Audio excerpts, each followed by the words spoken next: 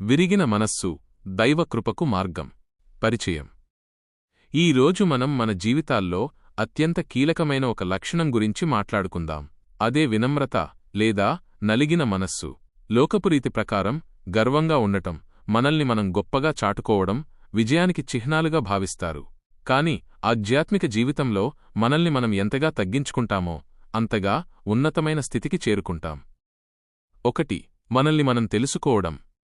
చాలామంది ఇతరుల తప్పులను ఎంచడంలో, ఇతరుల జీవితాలను విశ్లేషించడంలో సమయాన్ని గడుపుతుంటారు. కాని నిజమైన ఆధ్యాత్మిక ప్రయాణం మనల్ని మనం పరిశీలించుకోవడంతోనే మొదలవుతుంది. మనలోని లోపాలను, మన బుద్ధిహీనమైన ఆలోచనలను ఇతరులు వేలెత్తి చూపకముందే మనకు మనమే గుర్తించి సరిదిద్దుకోవాలి.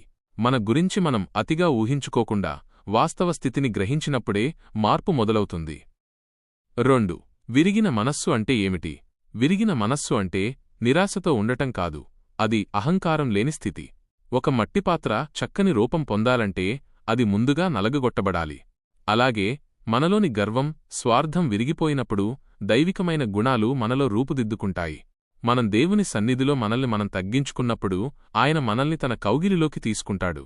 కష్టాల్లో ఉన్నప్పుడు మనం కుంగిపోనవసరం లేదు, ఎందుకంటే హృదయం విరిగిన వారికి దైవం ఎప్పుడూ తోడుగా ఉంటారు. 3. పశ్చాత్తాపం ఇచ్చే శాంతి. మనం చేసే పొరపాట్ల విషయంలో పశ్చాత్తాపం చెందడం బలహీనత కాదు, అది గొప్ప ధైర్యం. నేను తప్పు చేశాను అని ఒప్పుకుని ధూళిలో పడి వినయంగా అడిగే ప్రార్థన శూన్యం నుండి మనల్ని రక్షిస్తుంది. ఎవరైతే తమ అపరాధాలను ఒప్పుకుని ఆయన్ని శరణు వేడుతారో వారు ఎన్నటికీ దోషులుగా నిలబడరు. ఆయన కృప మన ప్రార్థనలను ఎప్పుడూ త్రోసివేయదు. ముగింపు. లోక సంబంధులు ఇతరుల కార్యక్రమాలను పరిశీలిస్తూ కాలం గడిపితే, ఆత్మసంబంధులు తమ అంతరంగాన్ని తామే పరిశోధించుకుంటారు. మన అవగాహన, మన గ్రహింపు సరిగ్గా ఉన్నప్పుడు మనం సరైన మార్గంలో నడవగలం. కాబట్టి ప్రతిరోజూ మనల్ని మనం పరీక్షించుకుందాం. విరిగిన హృదయంతో, నలిగిన మనస్సుతో ఆయన సన్నిధిలో చేరదాం. అప్పుడు ఆయన కృప మనమీద నిలిచి ఉంటుంది, మన ప్రాణాలకు విముక్తి లభిస్తుంది.